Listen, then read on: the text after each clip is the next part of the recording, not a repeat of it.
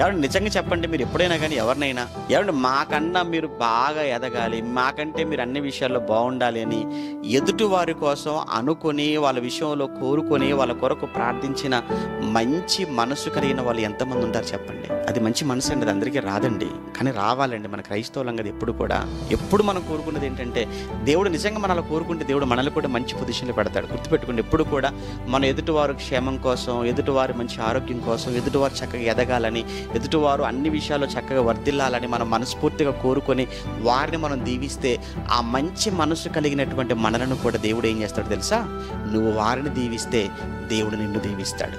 నువ్వు వాళ్ళ విషయంలో మంచి నువ్వు కోరుకుంటే దేవుడు నీ విషయంలో మంచి చేయాలి అని ఆశపడతాడు ఆయన. అందుకే ఎప్పుడు కూడా అసూయతో ఎప్పుడు ఉండకండి, ఎప్పుడు ఎదుటివారు బాగుండాలని కోరుకోండి, మంచిగా ఉండాలి. వాళ్ళు చక్కగా సంఘంలో, ఆ సమాజంలో అన్ని విషయాలలో చక్కగా వాళ్ళు ఎదగాలి.